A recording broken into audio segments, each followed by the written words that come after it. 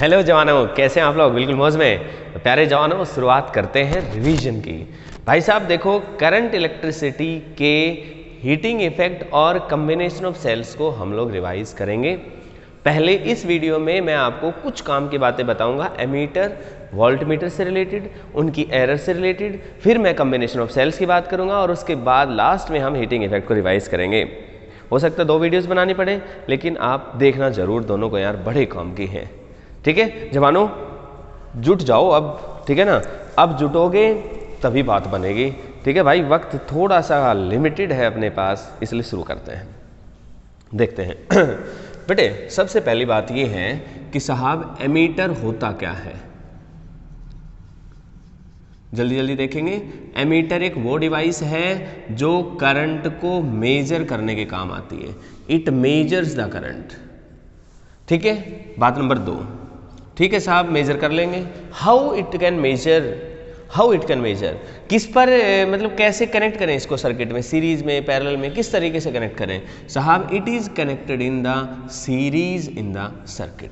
जिस भी कंपोनेंट के अक्रॉस आपको करंट नापना है। फॉर एग्जांपल, आपने यहां पर एक बैटरी लगाई, ये बैटरी लगाई, यहां पर मान लो एक बल्ब है। आप चाहते हो कि बल्ब में से कितना करंट पास हो रहा है, तो भाई बल्ब के सीरीज में आप एमीटर को जोड़ दीजिए और भाई साहब सर्किट के साथ कनेक्ट कर दीजिए। तो जिस भी ब्रांच में से आपको करंट नापना है या जिस भी कंपोनेंट से आपको करंट को मेजर करना है, उसके सीरीज में हम एमीटर को जोड़ने वाले हैं। सवाल ये उठता है कि ये किस कंसेप्ट पर बेस्ड होकर वर्किंग करता है।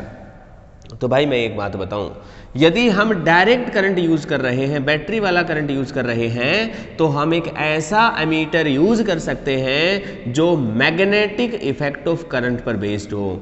याद हो, यदि आपने मैग्नेटिक इफेक्ट की बातें याद हो तो आपको पता होगा कि जब मैग्नेटिक फील्ड के अंदर हम किसी करंट कैरिंग लूप को रख देते हैं, मान लो ये कोई लूप रखा हुआ है जिसमें कुछ करंट फ्लो कर रहा है, माना कि यहां पर मैग्नेटिक फील्ड हमने अप्लाई कर दिया, तो करंट कैरिंग लूप पर जब वो मैग्नेटिक फील्ड में हम उसको रख दें तो उस पर टॉर्क लगता है।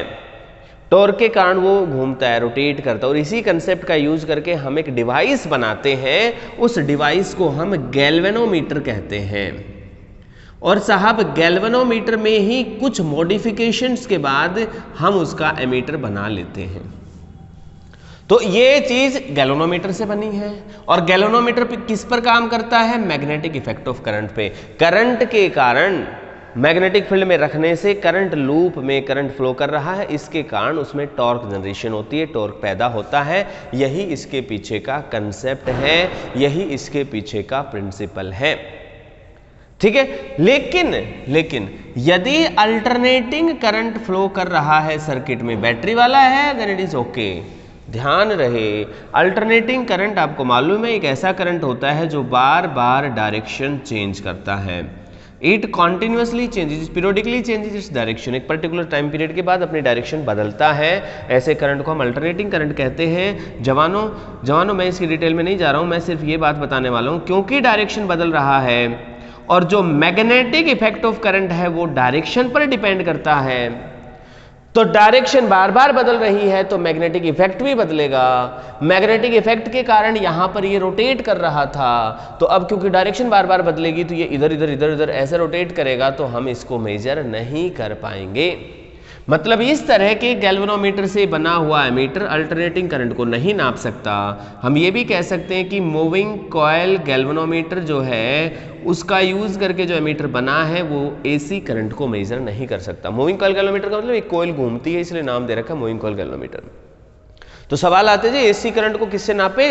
भाई साहब एसी करंट को नापने के लिए हम ऐसे एमीटर का सहारा लेते हैं जो हीटिंग इफेक्ट ऑफ करंट पर बेस्ड हो, that is based on the heating effect of current. तो ये बात अच्छे से आपको समझ लेनी है, नोट कर लेनी है, फिट बैठा लेनी है। डीसी करंट नापना है तो हीटिंग इफेक्ट वाला भी काम करेगा, मूविंग कॉइल गैल्वेनोमीटर पर बेस्ड मतलब मैग्नेटिक इफेक्ट ऑफ करंट पर बेस्ड वो भी काम करेगा डीसी के अंदर। देखना, हीटिंग तो डीसी भी काम कर रहा है, ठीक है ना, हीट में कोई एसी डीसी का कोई डिफरेंस नहीं है।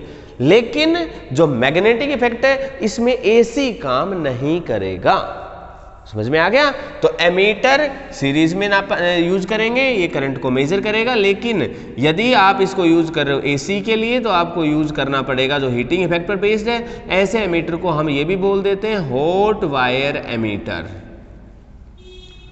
लेकिन यदि आपको डीसी करंट मेजर करना है, डायरेक्ट करंट मेजर करना है, डीसी करंट कहना थोड़ा गलत है यार, डायरेक्ट करंट होना चाहिए। ऐसे एसी करंट कहना भी गलत है, हमें अल्टरनेटिंग करंट बोलना चाहिए। ओके, उसमें ऑटोमेटिक करंट है एसी के अंदर, ठीक है।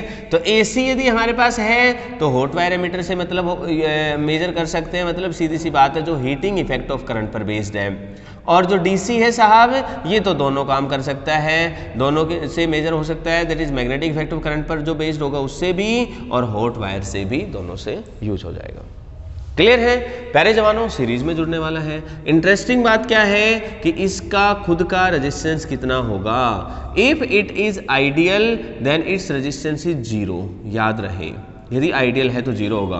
If it is not ideal, यदि ये आइडियल नहीं है तो इसका फाइनाइट रेजिस्टेंस होगा, लेकिन वो बहुत ही छोटा होगा, बहुत छोटा रेजिस्टेंस होगा। यदि इसका खुद का रेजिस्टेंस बहुत ज्यादा है, it can not measure the current accurately, तो ये करंट को एक्यूरेटली मेजर नहीं कर पाएगा।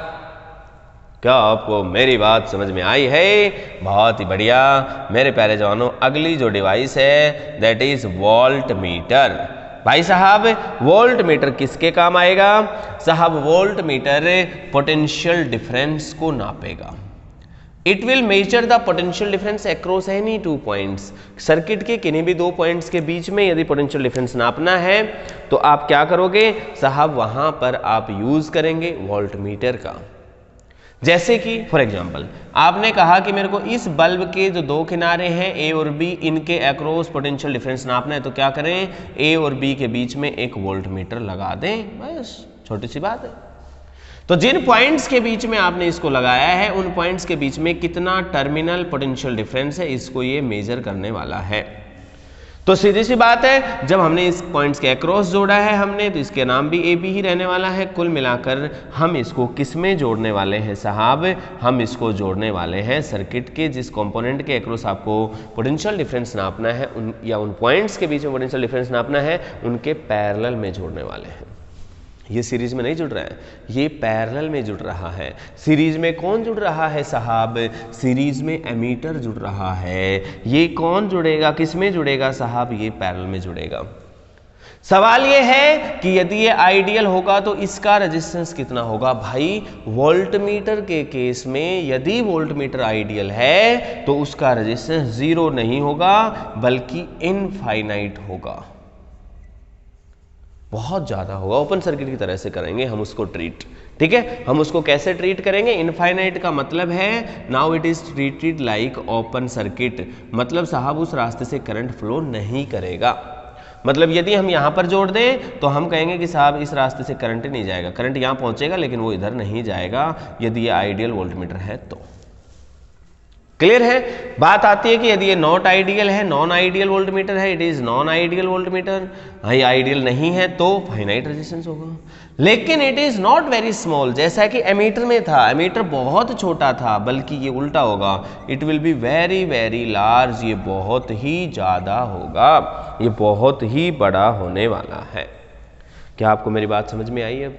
अच्छे से समझ में आई है। क्या बताया मैंने आपको, ओपन सर्किट है साहब, ओपन सर्किट के केस मतलब इनफाइनाइट है तो ओपन सर्किट ट्रीट करेंगे, फाइनाइट है तो हम बहुत वेरी लार्ज रेजिस्टेंस मानेंगे। याद रखना है ये। अब सवाल आता था कि जी एसी वोल्टेज और डीसी वोल्टेज की बात करें तो भाई सेम वही बात है। यदि हम यहाँ पर एसी को नाप रहे हैं तो ये ऐसे इंस्ट्रूमेंट्स कुछ भी हो चाहिए ना, जो मैग्नेटिक इफेक्ट ऑफ करंट पर बेस्ड है, वहाँ अल्टरनेटिंग वाले काम देंगे ही नहीं। या वी कैन से दैट हम ऐसे बोले कि जो मैग्नेटिक इफेक्ट ऑफ करंट पर बेस्ड है वो अल्टरनेटिंग के केस में काम नहीं आएंगे, चाहे पोटेंशियल डिफरेंस नापना हो चाहे करंट नापना हो। तो ये अगेन हॉट वायर से मेजरमेंट करी जाएगी एसी वोल्टेज की या एसी पोटेंशियल डिफरेंस की। अल्टरनेटिंग मान लो सप्लाई आ रही है, अल्टरनेटिंग सप्लाई का ये वाला सिंबल है ना, इस तरीके से यूज करते हैं। अब ये सर्किट में जा रहा है, मान लो यहाँ पर एक लट्टू लगा दिया, अब हम चाहते हैं कि इसके अक्रॉस टर्मिनल पोटेंशियल डिफरेंस नापें, तो ये वोल्ट मीटर हम ऐसा लगाएंगे जो मैग्नेटिक इफेक्ट ऑफ करंट पर बेस्ड ना हो बल्कि किस पर बेस्ड हो, हीटिंग इफेक्ट ऑफ करंट पर। लेकिन यदि ये डीसी है तो हम कोई सा भी यूज कर सकते हैं, उसमें किसी तरह की कोई प्रॉब्लम की बात नहीं है। प्यारे जवानों, एक डिवाइस थी that is galvanometer. Galvanometer current के डिटेक्शन में काम आता है। हम उसको मेजरमेंट के लिए एज सच यूज नहीं करते, उसमें कुछ मॉडिफिकेशंस करने के बाद हम एमीटर बनाते हैं, उससे हम मेजर कर पाते हैं। ठीक है, तो गैल्वेनोमीटर का रेजिस्टेंस हालांकि कम होता है लेकिन एमीटर से ज्यादा होता है। ओके, तो गैल्वेनोमीटर डिटेक्शन के काम आता है। मेनली पर्पज उसका डिटेक्शन का है। आप कहोगे जी हम मजबूरी में मेजर कर लें क्या, तो मजबूरी में तो कुछ भी कर सकते हैं भाई, है ना, लेकिन मेन पर्पज उसका है। तो ऑप्शंस को ध्यान से समझदारी से पढ़ें और जो ऑप्शन बेस्ट है उसको टिक करें यदि गैल्वेनोमीटर के बारे में पूछा जाए तो।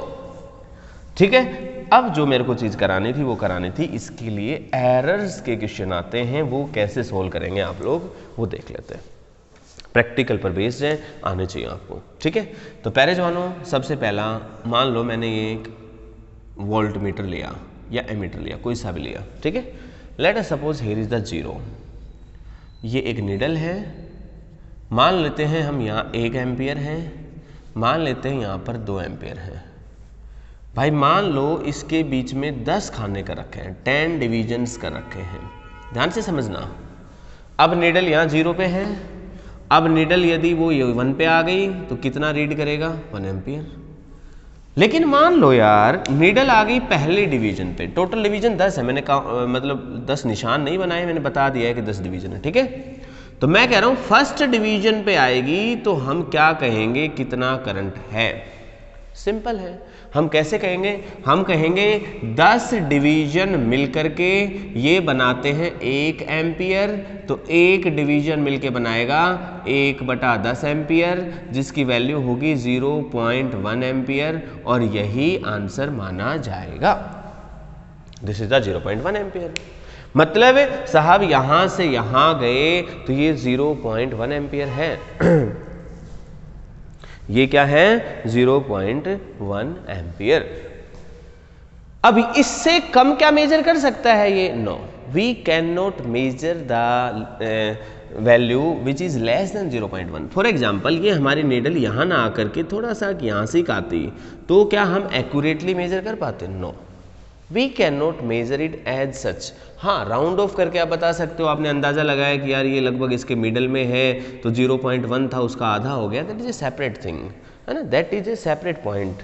लेकिन एज सच ये इंस्ट्रूमेंट मिनिमम मेजरमेंट इतनी ही कर सकता है जो इसका 1 डिवीजन है, या हिंदी में बोले भाई साहब 1 खाने के बराबर करंट ही मेजर कर पाएगा। तो साहब इसको हम कहते हैं लीस्ट काउंट। क्या बोलेंगे, लीस्ट काउंट। कोई आपसे पूछता है लीस्ट काउंट क्या है, it is the least measurement that instrument least measurement that an instrument can measure. ये वो लीस्ट मेजरमेंट है जो कोई एक इंस्ट्रूमेंट मेजर कर सकता है, that is the least count of that instrument. यदि ये एम्पियर में मेजर कर रहा था, एमीटर था, तो एम्पियर में आंसर आएगा। यदि ये वोल्ट मीटर होता, मान लेते हैं कि साहब ये इस तरह से था, यहाँ पर लिखा था 0 वोल्ट और ये लिखा था मान लेते हैं 50 मिली वोल्ट। यहाँ पहले नीडल यहाँ थी, मान लेते हैं यहाँ से यहाँ डिवीजन है 20, माना कि 20 डिवीजन है। तो बताओ भाई साहब 1 डिवीजन की क्या वैल्यू आएगी। आप सीधा सा लिखोगे यार 20 डिवीजन मिलके 50 मिली एम्पियर बनाते हैं, तो 20 डिवीजन बराबर है 50 मिली एम्पियर, नहीं sorry milli volt, milli volt. तो 1 डिवीजन कितना होगा भाई साहब, 50 डिवाइडेड बाई 20 मिली वोल्ट। इसको सोल्व करके आप लिख दोगे this is 2.5 milli volt. Milli का मतलब 10 की पावर -3 होता है, तो आप वो वैल्यू लिख सकते हैं 10⁻³ volt, that is a separate matter. लेकिन 1 डिवीजन की जो वैल्यू आनी है वो उस पर्टिकुलर इंस्ट्रूमेंट की लीस्ट काउंट कहलाएगी। क्या आपको मेरी बात समझ में आई, यस और नो? समझ में आई है, बहुत अच्छी बात है, आनी चाहिए थी, आनी चाहिए थी। अब सवाल क्या आता है, कभी कभी वो क्या कहेगा, वो कहेगा साहब कि हमने एमीटर उठाया, हमने देखा उसका जो 0 वाला किनारा है उस पर तो 0 जो उसकी नीडल है वो आ ही नहीं रही। उसमें कुछ गलती है, कुछ गड़बड़ हो गई है, कुछ खतरनाक काम हो गया है और वो वैल्यू ऑलरेडी पहले डिवीजन पे आ रही है, मतलब बिना करंट दिए भी वो पहले के ऊपर आती है, उससे नीचे जाती नहीं है। अब आ गई मान लो वो 11वें डिवीजन के ऊपर, जो 11वां डिवीजन बना हुआ है, ये 10वां डिवीजन था तो ये 11वां डिवीजन है, यहाँ पर हमने कुछ करंट फ्लो करवाया जिससे वो 11वें डिवीजन के ऊपर आ गई है। आपको बताना है कि उसकी एग्जैक्ट रीडिंग क्या है, पिछली ही डेटा को यूज कर रहा हूं मैं, ठीक है। 0 से यहां तक 10 डिवीजन थे और 1 एम्पियर था, तो एक डिवीजन की वैल्यू कितनी थी? 0.1 एम्पियर। ये तो एक डिवीजन की वैल्यू थी, एक खाने की वैल्यू थी। लेकिन अब ये क्या कह रहा है कि साहब एक खाना तो पहले एडवांस है, तो सबसे पहले तो इसमें ये बताओ कि साहब एरर कितनी है। भाई एक खाना आगे है तो जितने खाने आगे हैं वो गुणा एक खाना कितनी मेजरमेंट करता है वो, दैट इज 0.1। कुल मिलाकर आंसर आया है 0.1 एम्पियर। इतनी एरर है उसके अंदर। अब सवाल ये उठता है कि इस एरर को हम क्या माने, हम क्या कहें प्लस की एरर है या हम क्या कहें माइनस की एरर है। तो इस चीज को समझाने के लिए मैं एक वर्ड यूज करता हूं जिसे हम कहते हैं करेक्शन। मैं यहां से इस वर्ड को समझाऊंगा, आपको अपने आप समझ में आ जाएगा कि एरर कौन सी है, कैसे फैसला करना है। मुझे एक बात बताओ यार, ये जो आंसर है अभी इसकी नीडल कौन से कॉलम पे है? 11वें डिवीजन पे है। अभी तो 11वें डिवीजन पे आ रही है नीडल, तो नीडल 11वें डिवीजन पे आई है। एक डिवीजन की वैल्यू कितनी है? 0.1। तो कुल मिलाकर वैल्यू आ गई इसकी 1.1 एम्पियर। लेकिन ये वैल्यू तो एक्चुअल में नहीं है, दिख तो रही है लेकिन ये जो वैल्यू है ये करेक्टेड वैल्यू नहीं है। ये तो दिख रही है लेकिन ये गलती करके दिखा रहा है हमें। तो हकीकत में कितना करंट है? हकीकत में 1.1 एम्पियर का करंट फ्लो नहीं कर रहा है। It is the observe value, जो हमने ऑब्जर्व किया है वो वैल्यू है ये। तो इसमें से इस एरर को हम घटाएं या जोड़ें, मुझे ये बताओ। भाई पहले ही ये ज्यादा दिखा रहा है तो घटाना पड़ेगा, तो इसका मतलब करेक्शन हम घटा के कर रहे हैं, इसका मतलब उसमें एरर प्लस की है। दोबारा बताऊं, मतलब इसकी रीडिंग कितनी थी? 1.1। इसमें से घटाओ, कितना घटाएं? एक डिवीजन फालतू दिखा रहा है जी ये, तो एक डिवीजन की वैल्यू घटा दो 0.1। कुल मिलाकर 1 एम्पियर आंसर आ गया। ये इसकी करेक्टेड वैल्यू है और जो अभी इसकी एक्चुअल वैल्यू मेजर मतलब करेक्शन के बाद आई है वो वैल्यू है, this is the real current which is flowing 1 ampere. लेकिन पहले कितना था?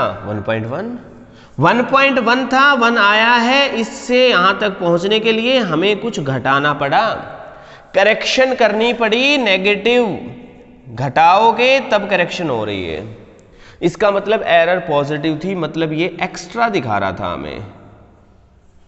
पहले जो रीडिंग थी उसमें कुछ फालतू दिखा रहा था। क्या आपको मेरी बात समझ में आई? यस और नो? आ गई ना? बहुत अच्छा है। कभी कभी क्या कहेगा, चलो एक क्वेश्चन बना के देखता हूं मैं। ठीक है, आपको करना है, बहुत ही जीरो लेवल के सवाल है बेटे, कुछ भी नहीं है, कुछ खास नहीं है, आप अटकोगे भी नहीं इनमें। लेकिन फिर भी क्या है ना कि रिवीजन करना बहुत जरूरी है, ईमानदारी से इनको रिवाइज करिए और इनमें से जहां अटक रहे हैं उन पॉइंट्स को नोट कर लीजिए और रोज उनको देखिए। मैंने कहा नोट करने के बाद रोज उनको देखना है, रोज उनको निहारना है, रोज उनको रिवाइज करना है ना। नहीं करोगे कलेश हो जाएगा बेटे, कलेश। और कर लोगे मजा हो जाएगा बेटे, मजा। आपके हाथ में है, आपको कलेश करना है कि मजा करना है। ठीक है, तो अभी देखते हैं बेटे। Late us suppose this is a volt meter, उसकी रीडिंग लिख रखी हमने। मान लेते हैं वोल्ट मीटर पे यहाँ ले रखा था 0, इधर ले रखा था 20 वोल्ट, फिर ले रखा था 40 वोल्ट, फिर ले रखा था 60 वोल्ट और इसके अंदर यहाँ से यहाँ तक मान लेते हैं 10 डिवीजन है। चलो 40 डिवीजन मान लेते हैं। अरे वाह, मौज हो गई है तो भाई साहब, 40 खाने हैं, ऐसे ही बता रहा हूँ मैं, है ना। तो सबसे पहले तो एक डिवीजन की वैल्यू बताओ, मतलब जिसको हम कह सकते हैं लीस्ट काउंट बताओ। भाई साहब 40 मिलके कितना बता रहे हैं? 40 डिवीजन्स किसके बराबर हैं? 20 वोल्ट के। तो एक डिवीजन किसके बराबर है? 20/40 वोल्ट, कुल मिलाकर आधा वोल्ट। क्या आपको मेरी बात समझ में आई? यस और नो? आधा वोल्ट एक डिवीजन की वैल्यू है, जिसको हम लीस्ट काउंट भी कहेंगे। अब मान लो उसने कह दिया कि साहब हमारी जो नीडल है जब करंट आया ही नहीं था तब वो 0 पर नहीं थी, बल्कि let us suppose let when no current was flowing, जब सर्किट में करंट ही नहीं था उस समय इनिशियली ये 5th डिवीजन पर थी। मतलब है नहीं तो भी 5 रीडिंग तो दिखा ही रहा है, 5 डिवीजन। तो एरर कितनी हुई भाई? एक डिवीजन में कितनी एरर है? 1/2। तो 5 डिवीजन में कितनी होगी? 5/2, मतलब 2.5 वोल्ट तो फालतू दिखा ही रहा है। अब उसने कहा कि now current starts flowing and now it is at the 25th डिवीजन। मान लो करंट के फ्लो होने के बाद अब ये 25वें डिवीजन पे है। Now What is the value of current flowing? Sorry, what is the potential difference? जैसे करंट पास हुआ तो कुछ पोटेंशियल डिफरेंस आया होगा, तो कुल मिलाकर ये जो नीडल है 25वें डिवीजन पे आ गई। तो अभी इसकी जो मेजर्ड वैल्यू है वो कितनी आई है? इसकी मेजर्ड वैल्यू कितनी आई है भाई साहब? मेजर्ड वैल्यू आई है 25वें डिवीजन पे है ये, तो 25 गुना एक डिवीजन की वैल्यू कितनी थी? हाफ, कुल मिलाकर 12.5 वोल्ट ये मेजर कर रही है ये। लेकिन एक्चुअल में नहीं है, एक्चुअल में नहीं है, इसमें एरर है और ये फालतू दिखा रहा है एरर, इसलिए घटाना पड़ेगा, करेक्शन करनी पड़ेगी घटा के। इसका मतलब एरर का साइन भी यदि वो पूछे तो आप कहेंगे पॉजिटिव एरर है, फालतू दिखा रहा है, पॉजिटिव आ गई। इसका मतलब साहब अब जो करेक्टेड वैल्यू आई है, आफ्टर करेक्शन आई है, वो कितनी आई है साहब? 12.5 में 2.5 घटा दो, कुल मिलाकर 10 वोल्ट आंसर आया है। आई होप आपको मेरी बात समझ में आई है। किसी तरह की कोई परेशानी है तो आप फिर पूछ सकते हैं। क्लियर हो गया? अच्छा, मान लो ये कह देता कि भाई ये 5वें डिवीजन आगे की बजाय ये नीचे की तरफ है, यहाँ है 5 डिवीजन्स। अब आपके मन में सवाल आएगा जी 0 के नीचे मार्किंग दे रखी है क्या? अरे भाई बंदे ने बोल दिया तो हम मानेंगे मार्किंग है, हम ये कोई कहेंगे कि जी मार्किंग ही नहीं होती है, ये कोई बात हुई है ना? ये कोई बात नहीं है। उसने कह दिया यहाँ है, इसका मतलब अब जो आंसर आएगा वो कम आ रहा है भाई। तो अब की बार जो एरर आनी है उसको हम जोड़ेंगे इसके अंदर, ना कि घटाएंगे। अभी तो हमने घटाया था, अब हम जोड़ेंगे। तो अब हमारी जो आंसर आएगा वो आएगा 12.5 में 2.5 जोड़ देंगे, कुल मिलाकर जो वैल्यू है वो आएगी 15 वोल्ट। और अब की बार क्योंकि हमने एरर को जोड़ा है, करेक्शन जो है हमारी वो पॉजिटिव जोड़ने के बाद आई है, इसका मतलब हमारी एरर जो है साहब वो नेगेटिव एरर आई है, मेजरमेंट कम हो रही है। क्या अब आपको समझ में आया? यस और नो? तो वोल्ट मीटर या एमीटर से रिलेटेड इस तरह के सवाल आए तो आप इनको अच्छे से सॉल्व कर लीजिए, इस तरह के क्वेश्चंस आ सकते हैं। क्लियर है? तो प्यारे जवानों, आई होप ये बात अच्छे से आपको समझ में आई। तो अब मैं आपको छोटी छोटी नन्ही नन्ही कुछ और बातें बताता हूँ जो सेल्स से रिलेटेड हैं, लेकिन भाई आपको थोड़ा सा ध्यान से देखने की आवश्यकता है। ठीक है? देखना भाई, जो सेल्स है ना, सेल्स, इसकी कुछ बातें तो जवानों मैंने आपको बता दी थी, अब छोटी छोटी बातें और बता देता हूँ। प्यारे जवानों, यदि हमारे पास एक सेल है, उस सेल को हम इस तरीके से रिप्रेजेंट करते हैं। यदि ये आइडियल सेल है तो इसके दोनों टर्मिनल्स के बीच में कुछ पोटेंशियल डिफरेंस है। इस पोटेंशियल डिफरेंस को हम कहते हैं ईएमएफ। इस ईएमएफ की फुल फॉर्म है इलेक्ट्रोमोटिव फोर्स। अब यदि आइडियल नहीं है तो हम इस सेल को रिप्रेजेंट करते हैं इस तरीके से। इसका ये कुछ इंटरनल रेजिस्टेंस है। हम इस सेल के ईएमएफ को ई यदि कहें तो भाई साहब हम यहाँ पर भी सेल को ईएमएफ ही कहने वाले हैं, लेकिन दोनों में अंतर है। ये आइडियल है, दिस इज नॉन आइडियल। क्या फर्क है जी? फर्क ये है, यदि इस सेल में करंट फ्लो करेगा तो भी potential difference between A and B that will also be equal to EMF. मान लेते हैं इसका ईएमएफ ई है तो वो ई ही रहेगा। ये वाला किनारा पॉजिटिव टर्मिनल पे है, ये नेगेटिव पे है, तो ये हाई रहेगा, ये लो ही रहेगा। हाई माइनस लो की वैल्यू ईएमएफ ही रहेगी। फॉर एग्जाम्पल इसका ईएमएफ 10 वोल्ट था, तो ये 10 ही आंसर आना है, इसका 10 वोल्ट ही आना है। सवाल उठता है कि यहाँ पर क्या करें जी, यहाँ पर ऐसा नहीं होगा। यदि इसका ईएमएफ है, करंट इस तरीके से है, अब आपको समझना है ध्यान से। करंट बैटरी के पॉजिटिव से करंट बाहर निकल रहा है, सेल के पॉजिटिव से करंट के बाहर निकलने का मतलब है डिस्चार्ज होना। जब सेल डिस्चार्ज हो रही है तो भाई यहाँ से यहाँ यदि आप किरचॉफ लॉ लगाएंगे तो इस जगह का पोटेंशियल लिखो पहले, फिर इसके अंदर प्लस माइनस लगा के माइनस आई इंटू आर लिखो, फिर इसके लिए लिखो प्लस ई, और फिर इसके लिए लिखो वी ए बराबर करके। भाई यदि आपको किरचॉफ लगाने में तकलीफ है तो आप प्लीज़ किरचॉफ वाली बातों को एक बार रिवाइज करो अच्छे से, ठीक है। नहीं तो देखो मैं बताऊं, जब हम लूप में नहीं लगाते हैं बेटे, जब हम ब्रांच में लगाते हैं, किसी एक रास्ते पर लगाते हैं, उस हालात में हम किसी पॉइंट की वैल्यू लिखते हैं, फिर हम IR करते हैं, फिर हम इसका EMF लिखते हैं, और उसके बाद जो फाइनल जिस जगह पर पहुंचे हैं उसको बराबर करके लिखते हैं। तो यहाँ से यदि हम VA माइनस VB करें तो उधर ले जाएंगे, तो ये बचेगा इधर E में से IR घटा दो, और इसकी वैल्यू है VA माइनस VB, मान लेते हैं इसकी वैल्यू है V, तो मतलब टर्मिनल पोटेंशियल डिफरेंस जो आया है वो E minus I into R आया है। मतलब यदि हमारी बैटरी डिस्चार्ज हो रही है तो ये वैल्यू आएगी। यदि हमारी बैटरी चार्ज हो रही होती तो क्या होता साहब, यदि हमारी बैटरी चार्ज हो रही होती, ये पॉइंट B है, ये पॉइंट A है, इसके अंदर करंट एंटर कर रहा होता, ये माइनस है, ये प्लस है।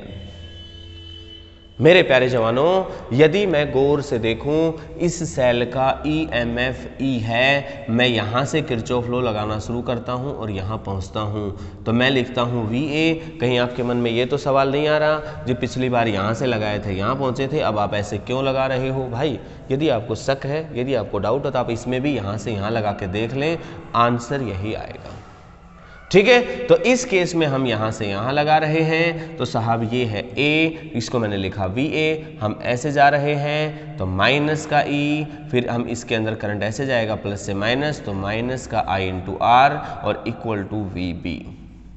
तो यहाँ पर VA माइनस यदि मैं VB करूँ तो इसको मैं इधर ले आऊँ, तो इन दोनों को मैं दूसरी तरफ लेके जाता हूँ, तो E plus I into R आएगा। सवाल है कि भाई साहब यदि बैटरी चार्ज होगी, उसके अंदर करंट एंटर कर रहा है, उस समय समझने की बात है। E plus IR terminal potential difference है। This is the terminal potential difference across the terminals of the cell. This is the potential difference across the terminals of the cell. Cell के टर्मिनल्स के बीच में इतना difference है।